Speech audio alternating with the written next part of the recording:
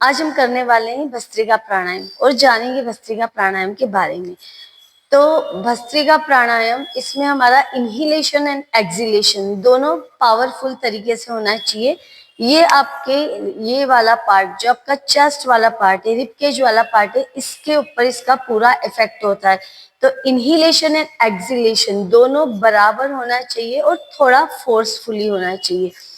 अगर आपको heart disease है या हाई बीपी है तो आपको ये जो भस्त्रिका है वो काफी आराम से और कम रेपिटेशन के साथ करना है। अगर जिस समय आप भस्त्रिका कर रहे हैं उस समय आपका बीपी हाई रह रहा है तो आप अवॉइड करेंगे पूरी तरह से। लेकिन आपका अभी ब्लड प्रेशर नॉर्मल है और आप काफी कंफर्टेबल है, तभी आप 10-10 के रेपिटेशन करेंगे। तो हम स्टार्ट करेंगे बिल्कुल आराम से। फर्स्ट जो रिस्ट्रिक्शन के साथ जिसे भस्त्रिका प्राणायाम करना है उसके लिए, तो हम inhale and exhale. First relax हो गए हम, आपका पेट एकदम रिलैक्स होना चाहिए, शोल्डर रिलैक्स होना चाहिए, आपका स्पाइन एकदम लंबा होना चाहिए। और हम स्टार्ट करेंगे। अगर आप चाहे तो अपने हाथ की कोई भी मुद्रा बना करके रख सकते हैं, या चिन्ह मुद्रा, ज्ञान मुद्रा, किसी भी पोस्टर में रख सकते हैं, या इस तरह से अपने हाथ को रख लें। तो हम स्टार्ट कर रहे हैं।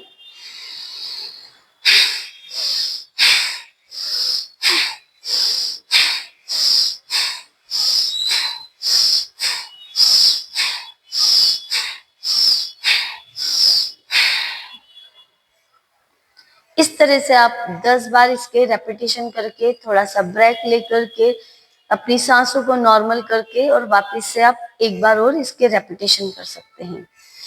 नेक्स्ट, जो एक नॉर्मल पर्सन है, जैसे किसी भी प्रकार का कोई डिजीज नहीं है, तो उसके लिए अब भस्त्रिका एक नॉर्मल पर्सन क्यों कर रहा है? अगर आप नॉर्मल है, किसी भी प्रकार का कोई प्रॉब्लम नहीं है, तो भस्त्रिका करने से आपका चेस्ट स्ट्रांग होगा, आपके लंग्स स्ट्रांग होंगे, आपके रिब केज फ्लेक्सिबल होगा और आपके इस एरिया की अग्नि बढ़ेगी, जिससे कि आपका ये एरिया काफी हेल्दी हो जाएगा। तो कैसे करना है हमको भस्त्रिका? तो हम फर्स्ट करेंगे इनहेल, हमारे दोनों हाथों को ऊपर रखेंगे और सांस छोड़ते समय आप इस तरह से करेंगे। इनहेल,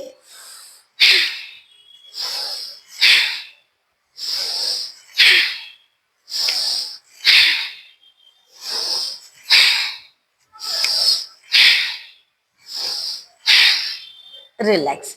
आपको स्टार्टिंग इसी तरह से करना है, पूरा सांस ले करके छोड़ना और अगली सांस लेने में आराम से 1-2 सेकंड का आप गैप रख के करेंगे।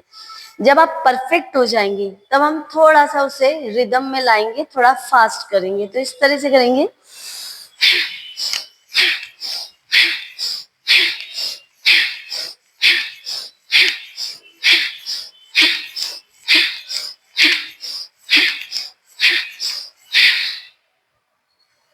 रिलैक्स, कुछ सेकंड का होल्ड, आइज क्लोज कर ले, नेक डाउन कर ले, फील करें आपकी बॉडी की वाइब्रेशन को एंड रिलैक्स। फिर से हम भस्त्रिका प्राणायाम करेंगे। इसमें वेरिएशन हम ये करेंगे कि उस समय हमारा हाथ ऊपर था, अब इस समय हम हाथ को सामने से inhale and exhale. Okay, ready?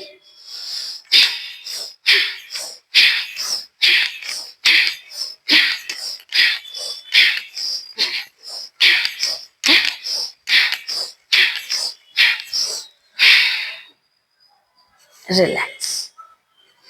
Again ध्यान रहे कि जब आप इस तरह से करें तो आप अपना स्पीड आपके हाथ में है, कि आपको स्टार्टिंग करना है तो स्लो स्पीड में करना है। धीरे धीरे आपका प्रैक्टिस हो जाए तो आप अपना स्पीड बढ़ा सकते हैं, लेकिन काफी ज्यादा भी स्पीड नहीं करना है। लेकिन आपको भस्त्रिका में आपको कब इफेक्ट होगा? जब आप टोटल भस्त्रिका 300 टाइम करें। तो स्टार्टिंग में हम 25 बार 20 बार करें, उसके बाद आप 50, देन 100, 150 एंड 200 एंड 300 तक अगर आप भस्त्रिका लेकर जाएंगे तो आपको इसके बहुत ज्यादा बेनिफिट मिलने वाले हैं। ये आपको ब्रेन से रिलेटेड, आपकी आई साइट से, इस एरिया में आपको जितने भी आपके ऑर्गन से, जितने सेंसरी ऑर्गन है, ये सब पर काम करेगा। तो इसका थर्ड वेरिएशन है, तो उसके लिए हम इनहेल लिफ्ट करेंगे shoulder and exhale shoulder drop करेंगे। तो आपको स्लो करना है इस तरह से।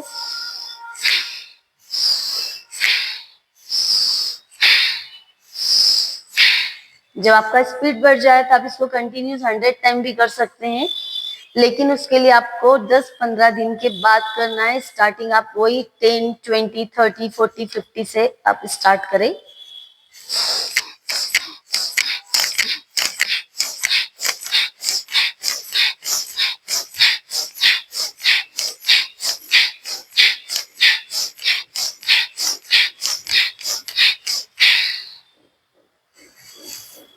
रिलैक्स, एक्सेल, सांस छोड़ें, आंखें बंद करें। अगेन अपने शरीर के वाइब्रेशन को फील करें, हार्ट बीट्स को नॉर्मल होने दे, पल्स को नॉर्मल होने दे एंड रिलैक्स।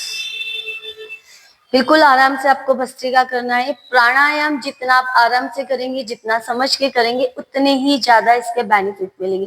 प्राणायाम करने में कोई जल्दबाजी ना करें। एक्सरसाइज करने में आप कितनी भी फास्ट कर सकते हैं, लेकिन प्राणायाम पूरे मन से, अपनी सांसों के साथ और अवेयरनेस के साथ आपको करना है, तभी जाके इसके बेनिफिट आपको मिलेंगे। तो आप प्रैक्टिस करें, और अगर आपको कुछ भी प्रॉब्लम है तो आप मुझे लिख करके मैसेज कर सकते हैं।